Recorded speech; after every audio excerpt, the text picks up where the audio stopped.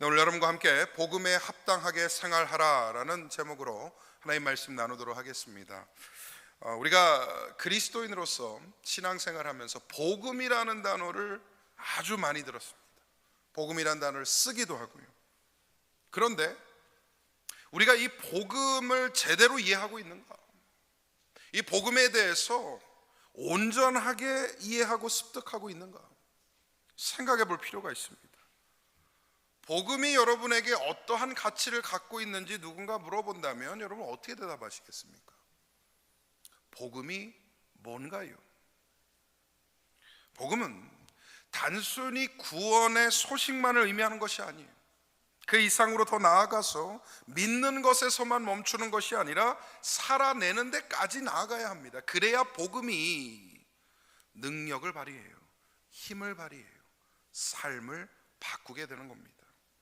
복음은 나의 삶의 방향을 바꾸고 나의 가치관을 재구성하고 나의 우선순위를 새롭게 세우는 그런 능력인 것입니다. 그래서 바울이 오늘 빌립보 성도들에게 1장 27절에 이렇게 권면을 하고 있죠. 오직 너희는 그리스도의 복음에 합당하게 생활하라. 여기서 합당하게라는 말, worthy라고 하는 이 단어는 균형을 맞춘다라는 의미를 가지고 있습니다. 즉 우리가 입으로 고백하는 그 믿음이 우리가 실제 살아내는 그 삶 가운데에 균형을 이루어야 된다는 것이죠. 아주 쉽게 말해서 내가 믿는 것과 사는 것이 합일이 돼야 된다는 거예요. 매칭이 돼야 된다는 겁니다. 우리가 말로는 복음을 말하지만 행동은 복음과 다르게 산다면 우리는 신앙의 균형이 흐트러진 것이죠. 그러나 우리가 복음의 가치를 실제 삶으로 드러낼 때 세상은 우리를 통해 예수 그리스도를 보게 됩니다. 나를 보는 것이 아니라 예수님을 본다는 것이죠. 바울이 빌립보 교회가 복음에 합당한 삶을 살기 위해서 오늘 본문을 통해 세 가지를 강조하고 있어요. 첫 번째로 복음을 위한 연합을 이루어야 한다. 두 번째로 겸손과 섬김의 삶을 살아야 된다. 마지막 세 번째로 오직 예수 그리스도만 경배하고 예배해야 된다라고 가르치고 있습니다. 이 세 가지는 단순한 교훈이 아니라 복음이 실제로 우리를 변화시키는 능력이 어떻게 드러나는가 보여주는 것이에요. 그래서 신앙인으로서 우리가 믿는 것과 사는 것의 일치를 이루는 길을 제시합니다. 오늘 말씀을 통해 여러분이 믿는 복음이 여러분이 사는 삶 가운데 드러나는 은혜가 있으시기를 간절히 소망합니다. 첫 번째로 살펴볼 것은 무엇이냐? 복음을 위해 한 마음으로 협력해야 합니다. 바울은 너희가 한 마음으로 서서 한 뜻으로 복음의 신앙을 위하여 협력하는 것을 내가 보기 원한다 라고 강조를 하고 있어요. 여러분 지금 바울의 상황이 어떠합니까? 지금 바울이 어디에 있죠? 이 빌립보서를 기록하는 이 순간에 벌써 다 까먹었어요. 너무 처음에 얘기해가지고 다 까먹으셨나? 저 어디 있어요? 로마 감옥에 있죠. 그 감옥에서 살아나와요? 못 살아나와요? 순교하게 됩니다. 거기서. 그러니까 바울은 자신의 처한 처지를 이해했어요. 그리고 알았던 것 같아요. 왜냐하면 그가 이 로마 감옥에서 기록했던 말씀들을 보면 암시가 많아요. 내가 전제와 같이 부어지고 달려갈 길 맞췄고 이런 표현들을 쓰면서 마치 자기가 이곳에서 순교할 것을 아는 것처럼 느껴집니다. 감옥에 있어요. 언제 죽을지 몰라요. 너무나 비참하고 두려운 상황 가운데 있죠. 근데 바울은 지속적으로 그의 관심을 어디에 두고 있느냐? 자신의 형편에 두고 있지 않고요. 그리스도의 몸된 교회가 믿음 가운데 굳건하게 서가고 있는가, 여기에 대한 관심만 표현하고 있다는 것이에요. 한 마음으로 이루어야 된다. 한 마음이 되어야 한다. 여러분 이게 어떤 의미일까? 성령 안에서 한 목적을 공유하고 우리의 모든 성격이 다르고요, 자란 환경도 다르고요, 우리의 문화도 다 다르지만 교회 안에서요 성령 아래 한 마음을 품는 것이 중요하다라고 가르쳐 줍니다. 이민교회가 독특한 점이 있어요. 제가 목회를 하면서 이렇게 느끼는 건데, 한국 교회는 보통 내가 속한 교단의 교회를 찾아갑니다. 그죠? 내가 예를 들어서 장로교인이고 그 중에 또 뭐 합동측 성도다. 그러면 동네에 있는 장로교 합동측 교회를 찾아가요. 그렇게 되면 공유되는 가치들이 있어요. 설명하지 않아도, 굳이 설명하지 않아도 이해하는, 암묵적으로 이해하는 것들이 있다라는 것이죠. 근데 이민교회는 다릅니다. 환경이. 특히 우리 교회 같은 경우 보면 아주 다른 환경에서 모이신 성도님들이 있으세요. 그리고 서로 다른 교단 출신의 성도님들이 교회에 모입니다. 그렇다 보니까 성경에 대한 해석이나 교리에 대한 이해가 좀 다를 때가 있어요. 이런 말을 제가 종종 듣는 거죠. 저는 이전에 그렇게 안 배웠는데요, 전에 목사님은 그렇게 안 가르치셨는데요, 나는 얘기를 종종 듣는다는 겁니다. 쉽지 않아요, 목회적인 차원에서 보면. 왜냐하면 때로는 일일이 다 설명해야 되고 설득해야 되는 부분이 있기 때문이죠. 근데 여러분 한번 물어볼게요. 성경이 진짜 다릅니까? 예수 그리스도의 이름이 다릅니까? 우리가 절대적인 하나님의 말씀으로 인정하고 우리의 삶의 지표요, 온전한 진리로 추구하는 그 성경이 다르냐고요? 그렇지 않죠. 복음이 각자에게 다르게 임하는 것 아닙니다. 성령이 한 사람 한 사람의 개인에게 다르게 임하는 것이 아니에요. 한 영으로 임하게 된다는 것. 그래서 이민교회는 하나의 영성으로 연합을 이루는 것이 특히 더 중요한 것 같아요. 그걸 굉장히 제가 많이 느낍니다. 한 영성으로 묶여서 한 진리를 추구하는 것, 이게 중요하다. 성령께서 주시는 이 하나됨은 우리의 다양성을 없애기 위함이 아닙니다. 그 다양성을 복음이라고 하는 하나의 목적 아래로 모아서 한 마음을 품고 한 목적과 한 꿈과 한 비전을 꾸게 하는 것, 이게 성령의 역사라는 거죠. 한 마음이 된다는 것은 모든 사람이 다 같은 생각을 해야 된다는 것은 아니에요. 그것은 우리가 복음을 가장 중요한 가치로 삼고 함께 나아가는 그 여정을 의미합니다. 그래서 우리의 사역과 봉사와 예배와 선교와 교회 운영의 모든 전반적인 부분 가운데에 한 가지 중심을 두는 것인데, 그게 무엇이냐? 바로 복음이라는 거예요. 복음. 예수 그리스도의 복음. 복음을 위한 협력에 대해 바울은 싸움이라는 표현을 써요. 이 단어는 주로 운동 경기나 전쟁터에서 사용되는 단어인데, 바울이 왜 공동체 협력을 얘기하면서 싸움이라는 표현을 덧붙이는 걸까? 일단은 여러분, 복음을 위해 살아가는 그 길이 굉장히 어렵다는 얘기입니다. 쉽지 않다는 얘기예요. 종종 제가 물어보잖아요. 여러분, 예수 믿는 거 쉬워요? 어려워요? 예수 믿고 사는 거 쉬워요? 어려워요? 이래 대답하기도 뭐하고 저래 대답하기도 뭐하고, 어렵다고 그러면 하나님께 좀 죄송하고 쉽다고 그러면 대충 하는 것 같고. 제가 대신 대답해 드릴게요. 어려워요. 그럼 예수 믿는 거 어려워요. 예수 믿는 거 굉장히 피곤한 일입니다. 하지 말아야 할 것, 꼭 해야 할 것, 이런 것들이 우리 삶 가운데에 큰 무게로 다가올 수 있다는 것이죠. 남들은 편하게 살아도 나는 그러지 못한다는 것, 남들은 마음대로 해도 나는 그러지 못한다는 것. 여러분, 예수 믿는 거 보통 일이 아니에요.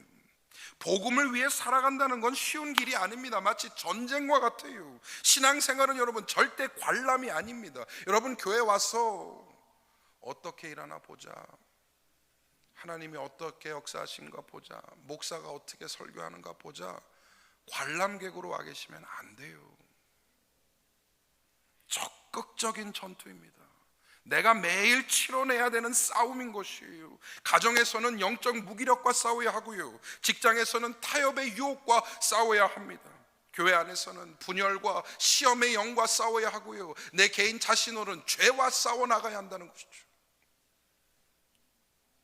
그래서 여러분, 우리는 더더욱 혼자 싸우면 안 돼요. 전쟁터에서 군인이 혼자 싸우면 쓰러질 수 있습니다. 교회도 마찬가지예요. 함께 기도하고 함께 섬기고 서로 지지하고 서로의 부담을 나누고 복음이라고 하는 한 목표를 향해 함께 걸어 나갈 때에 비로소 그 교회는 세워질 수 있는 것이에요. 믿음은 혼자 내 내면의 일을 생각하는 게 아니더라고요. 흔히 그런 오해들 할 수 있어요. 예수 믿는 이 신앙이 개인의 일이다, 내 내면 안에서 일어나는 어떤 느낌이고 감정이고 또 역사다라고 생각할 수 있는데, 여러분 신기하지 않습니까? 성경은 반복적으로 그 혼자 그 내면의 일을 밀어내고요, 자꾸만 공동체로 나가라고 그래요. 함께 서가라고 그래요. 서로 돕고 서로 섬기는 일로 그 신앙을 증명해내라고 합니다. 신앙은 개인의 일이 아니라니까요. 그래서 한 마음으로 협력해야 합니다. 여러분, 복음 때문에 받는 고난 은혜인 줄 믿습니다. 아멘이 잘 안 나오죠. 다시, 복음 때문에 받는 고난은 은혜인 줄 믿습니다. 이런 걸 보고 엎드려 절박이라고 합니다. 빌립보서 1장 29절 우리 한번 같이 읽어보겠습니다. 시작. 그리스도를 위하여 너희에게 은혜를 주신 것은 다만 그를 믿을 뿐 아니라 또한 그를 위하여 고난도 받게 하려 하심이라. 아멘. 여러분, 여기 나오잖아요. 그리스도를 위하여 너에게 은혜를 주신 이유와 목적이 뭐다? 믿는 것에서 멈추는 것이 아니라 예수님을 위해서 고난도 받게 하렵니다. 은혜를 주는 이유는 고난을 이겨내고 참아내고 그것을 극복하여서 승리를 이루게 하기 위해서. 그러니 고난이 은혜이다라는 표현을 우리가 받아들일 수밖에 없는 것이죠. 인간적인 눈으로 보면 고난은 손해입니다. 고난은 어려움입니다. 불행이에요. 그런데 복음의 관점에서 보면 우리의 신앙을 정금으로 단련시키는 귀한 도구이자 은혜의 역사라는 겁니다. 여러분, 신앙은요, 가까이서 보면 고난인데 멀리서 보면 은혜더라고요. 옛날에 찰리 채플린이 그런 말 했대요. 인생은 가까이서 보면 비극이고 멀리서 보면 희극이다. 제가 그 말을 좀 바꿔봤어요. 신앙은 가까이서 보면 고난이에요. 근데 한 발자국 떨어져서 멀리서 보면 다 하나님의 은혜인 줄 믿습니다. 고난이 우리의 신앙을 가짜에서 진짜로 바꿔놓습니다. 말로만 내뱉던 그 신앙을 실제로 살아가는 신앙으로 바꿔주는 것이 이 고난이라는 과정이에요. 우리의 마음을 세상으로부터 하나님께로 돌려놓는 것도 고난입니다. 여러분, 어려움 없어봐요, 기도하겠습니까? 고난 없어봐요, 하나님께 부르짖겠습니까? 힘든 일 없어봐요, 하나님 앞에 무릎 꿇겠냐는 거예요. 먹고 살만하고 다 원하는 대로 잘 되는데 뭐하러 예수 믿겠어요? 뭐하러 기도하겠습니까? 참 신기하죠. 교회 역사를 보면 고난의 시기 때 가장 성장하고 부흥해요. 초대교회 보십시오. 그렇게 핍박하고 억압하고 순교하고 어려움 가운데 있는데 교회는 성장해요. 그리고 깊어져요. 그 가운데 뭐 초대교회 볼 필요도 없습니다. 한국교회 보십시오. 한국교회가 가장 뿌리 깊게 내리고 신앙 가운데 성장했던 시기들이 언제입니까? 일제강점기 때 그랬어요. 전쟁 때 그랬어요. 전쟁 끝나고 나서 가장 가난하고 배고픈 그 시기에 교회는 성장했습니다. 고난이 은혜입니다. 고난을 즐거워할 사람은 없지만 고난을 은혜로 바라보는 사람은 진짜 그 은혜를 경험하게 될 것입니다. 고난과 영적 싸움을 두려워하지 마시고 오직 성령님 의지하시기를 간절히 소망합니다. 두 번째로, 겸손과 섬김을 이루어야 합니다. 복음에 합당한 삶의 중요한 표지는 바로 겸손과 섬김입니다. 바울은 빌립보 교회의 내부 문제를 잘 알고 있었어요. 이 교회도, 빌립보 교회도 아주 문제가 많았던 것 같아요. 갈등과 분열이 안에 있었던 것이죠. 나중에 우리가 더 자세하게 보겠지만, 또 다루겠지만, 교회 안에 분열의 문제 중에 큰 문제가 하나 있었어요. 그게 뭐냐 하면 이 교회의 두 핵심 사역자 간의 갈등이 있는 거죠. 유오디아와 순두계라는 사람 사이에. 이 둘이 아주 특출나게 교회를 잘 섬기고 이끌어가던 리더십이었는데 둘의 마음에 뭐 문제가 생기고 그래서 분열하게 되는 거예요. 근데 이게 감정 싸움을 넘어서 교회의 세력을 만들어내고 팔을 나누게 되는, 그래서 분열하는, 그 정도로 심각한 문제가 된 겁니다. 그래서 자꾸 바울은 한 마음을 품으라, 그만 좀 다투고 그만 좀 분열하고 한 마음을 좀 품어라 라고 강조하는 것이죠. 그러면서 바울이 공동체 회복을 위해서 가장 먼저 강조하는 게 바로 겸손이라는 겁니다. 여러분, 겸손이 뭘까요? 겸손은 어떤 것일까요? 헷갈릴까봐 성경이 아주 명쾌하게 답을 내려줘요. 겸손은 뭐다? 우리 한번 2장 3절을 한번 읽어보겠습니다. 시작. 아무 일에든지 다툼이나 허용으로 하지 말고 오직 겸손한 마음으로 각각 자기보다 남을 낮게 여기고. 겸손이 뭐예요? 자기보다 남을 낮게 여기고. 남이 나보다 실제로 나아서 그런 게 아니라 그렇지 않더라도 나보다 남을 낮게 여기라라는 거예요. 여러분이 나은 게 있을 수도 있습니다. 남들보다 월등하고 뛰어난 게 있을 수 있어요. 근데 그럼에도 불구하고 남을 낮게 여겨주라 라고 강조하는 것이죠. 다툼은 또 뭐냐? 내 의견을 관철하려는 마음이고요. 허용은 어떤 것이냐? 나의 이름과 명예를 높이려는 마음이에요. 그러니까 교회가 어려워지는 이유는 여러분, 외부적인 공격보다 내부적인 갈등이 훨씬 더 많습니다. 이 다툼과 허용을 이기기 위해서는 무엇을 가져야 되느냐? 겸손을 가져야 된다는 거예요. 근데 여러분, 겸손이라는 단어를 생각해 보면 요즘 세상에, 요즘 시대에 이게 긍정적인 단어입니까? 부정적인 단어입니까? 겸손하다라는 게 요즘은요, 자기 어필의 시대예요. 그죠? 자신감, 이게 중요한 시대더라고요. 요즘 젊은 애들한테 겸손해야 된다고 그러면 뭐라 그러는지 아십니까? 겸손하면 큰일 나요. 어디 가면 아는 척 해야 되고요, 제일 잘하는 척 해야 되고요, 안 그러면 도태되고 남들면 밀려나요. 여러분, 당시 헬라 문화에서도요, 이 겸손이라는 단어는 긍정적인 단어가 아니었어요. 그러니까 비천하다, 약하다, 남들보다 못하다, 이런 뜻이었다는 것이죠. 근데 복음이 이 단어를 완전히 뒤집어 놓는 거예요. 그러면서 그리스도의 마음을 가장 근접한, 가장 중요한 덕목 중에 하나가 뭐다? 바로 겸손이다라고 가르치고 있습니다. 여러분, 겸손은 자기 비하를 의미하는 것이 아니라 자기 중심적인 생각과 마음 가운데서부터 벗어나는 마음의 해방이에요. 내 중심적으로 생각하면 내 욕심, 내 계획, 내 감정을 중심에 두는 삶은요, 스스로를 갉아먹습니다.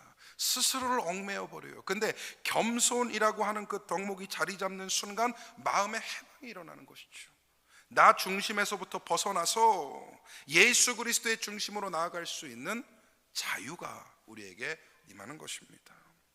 겸손한 사람은 십자가 앞에 이미 자기를 내려놓았기 때문에 모든 짐을 내려놓고 자유할 수 있습니다. 섬김은 다른 사람의 유익을 적극적으로 구하는 행동이에요. 여러분, 교회나 이렇게 섬기는 자리들에서 보면 꽤 많은 부분이 이 섬김도 자기중심적으로 섬겨요. 내가 하고 싶은 일, 내가 원하는 일, 내가 필요한 일을 통해서 자기 만족을 누리고 자기 자아 실현을 위해서 섬기는 경우들이 있다는 것이죠. 근데 여러분, 그게 진짜 섬김일까요? 섬김은 뭐냐? 성경이 말하잖아요, 다른 사람의 유익을 적극적으로 구하는 것. 나한테 손해일지언정 다른 사람에게 유익을 구하는 것이 섬김이다. 그래서 바울이 각각 자기 일만 돌보지 말고 다른 사람의 일도 돌봐야 한다라고 권면합니다. 여기서 돌아보다라는 말은 주의 깊게 살피다. 그러니까 남들의 어떤 일을 공감해주고 친절하게 대하는 정도가 아니라 그 사람을 유심히 주목하고 그 사람을 유심히 묵상하여서 그 사람의 필요가 무엇인지를 깨달아 그 책임감을 가지고 섬기는 것, 채워주는 것. 근데 우리가 참 많은 경우 그런 생각이나 말을 합니다. 내 코가 몇 자다? 석자다. 내 코가 석자인데 누굴 도와요? 내 손이 이렇게 꽉 차 있는데, 나만 해도 벅찬데 어떻게 섬겨요? 그럼 이거는 성령의 능력을 무시하는 발언입니다. 성령께서 우리 안에 은혜를 부어주실 때 우리는 우리의 능력 이상으로 섬기고 사랑할 수 있게 되는 줄 믿습니다. 마음의 문제더라고요. 마음의 문제. 교회 안에서 서로의 아픔을 듣고 기도하고 도와주는 일들, 여러분 이건 세상에서는 볼 수 없는 일들이에요. 그 일을 이루는 것이 이 교회의 오묘한 비밀이고요, 우리 가운데 주신 주님의 아름다운 소명인 것입니다. 섬김으로 복음에 합당한 삶을 이루시기를 간절히 축복합니다. 마지막 세 번째로, 오직 예수님을 경배해야 됩니다. 바울은 빌립보 성도들에게 섬김과 겸손을 얘기한 후에 그 중심에 예수님을 제시하는 겁니다. 그러니까 우리는 예수님을 본받아야만 그 길을 걸어갈 수 있다. 예수님을 바로 이해해야만 복음의 능력을 온전히 누릴 수가 있다 라고 강조를 하면서 그 유명한 그리스도 찬가를 오늘 본문 가운데 넣어두고 있는 거죠. 그리스도 찬가가 무엇인가? 여러분, 신약 성경 중에 가장 깊고 아름다운 구절들 중에 하나가 아닐까, 저는 감히 그렇게 생각합니다. 빌립보서 2장 6절에서 8절까지의 말씀 우리 한번 같이 읽어보겠습니다. 시작.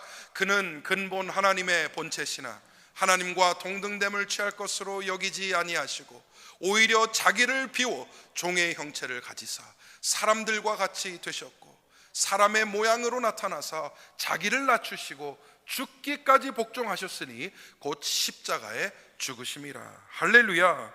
아멘. 그는 근본 하나님의 본체시나, 여러분 이게 무슨 의미입니까? 근본 하나님의 본체다 라고 표현하는 것은 어떠한 의미예요? 예수님이 곧 누구라는 것이죠? 하나님이라는 거예요. 오해가 없어야 됩니다. 그리고 이 부분이 명확해야지만 우리의 신앙이 덜 복잡해요.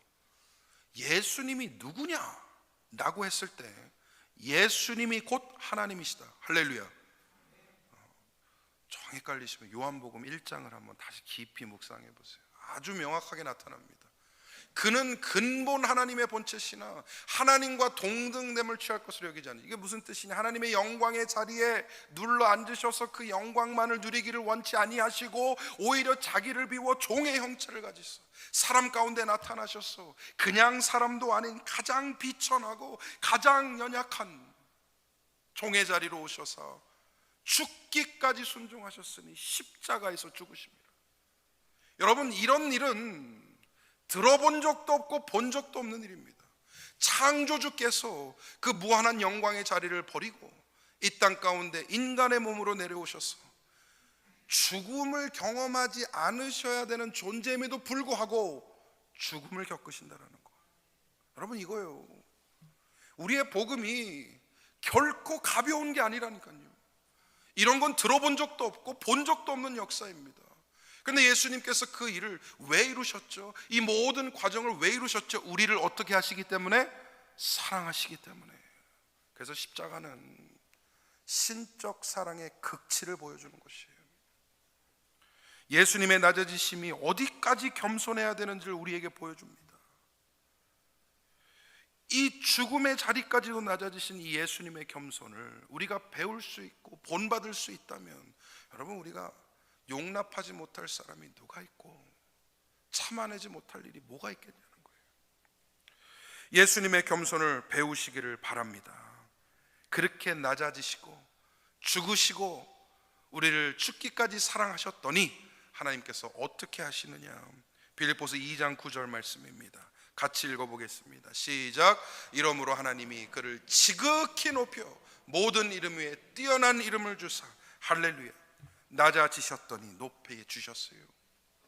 죽기까지 순종하셨더니 모든 이름 위에 뛰어난 이름을 주셨어요. 십자가는 패배가 아니라 승리였고요, 십자가의 죽음은 끝이 아니라 새로운 생명의 시작이 되었습니다. 부활하신 예수님 앞에 모든 무릎이 꿇고 모든 입술이 고백하게 되는 것이죠. 예수님이 주님이시다, 예수님이 주님이시다라고 고백하며 우리의 신앙을 표현하게 됩니다. 여러분, 이게 우리가 예배하는 이유예요. 예배를 왜 드립니까? 여러분, 왜 주일마다 아침에 와서 찬양하고 기도하고 말씀을 듣습니까? 우리의 예배의 핵심이 어디에 있습니까? 예배는 종교적인 습관을 따라서, 아니면 나의 어떤 문화적인 모습을 따라서, 아니면 어떤 개인의 사정이나 이런 것들을 해소하기 위해서 드리는 것이 아니라 이것 때문에 드리는 거예요. 모든 이름 위에 높여진 그 이름 예수 그리스도 앞에 경배하고 예배하는 것이 가장 자연스럽고 당연한 것이기 때문에, 예수님이 찬양 받으시기에 가장 합당하시기 때문에 어떠한 이유와 목적이 있어서가 아니라 이거는 신앙 안에서 자연스럽고 가장 인간다운 피조물과 창조주 사이에 가장 자연스러운 관계의 모습이기 때문에 드리는 거예요. 여러분, 어떠한 목적 때문에 예배드린다, 그 생각보다 주님이시니까 예배드린다라는 마음으로 바뀌기를 바랍니다. 내 삶의 주인이 예수 그리스도 한 분임을 깨닫는 아름다운 예배의 시간 되시기를 바랍니다. 그러므로 우리가 복음에 합당하게 살기 위해서는 예배자로 살아야 합니다. 내 감정보다 예수님을 높이고 내 계획보다 주님의 뜻을 따르며 내 명예보다 하나님의 영광을 드러내는 삶, 그 삶의 주인공들 다 되시기를 간절히 소망합니다. 이제 말씀 맺겠습니다. 복음에 합당하게 산다는 것은 단순히 교회를 섬기고 신앙생활을 하는 것에서 멈추는 것이 아니라 우리의 일상의 관계와 선택 속에서 실제로 드러나야 합니다. 믿는 것과 사는 것이 합의를 이루어야 한다는 것이죠. 우리가 복음을 위해 한 마음으로 서고 서로를 겸손히 섬기며 예수 그리스도만을 높이는 삶을 살아갈 때에 우리는 성령이 역사하시는 교회 공동체를 이루게 됩니다. 복음 앞에 나를 내려놓고 내 주장보다는 공동체의 유익을 우선시하며 나의 영광이 아닌 주님의 영광을 드러내는 그런 삶이 되어야 합니다. 그때 비로소 복음은 우리 안에서 능력을 발휘합니다. 이제 우리의 믿음이 말로만 머무르지 않고 삶 전체로 흘러나가기를 원합니다. 우리의 말과 행동, 우리의 선택과 결단 가운데에 복음의 가치와 이 균형이 우리의 앞에 펼쳐져야 합니다.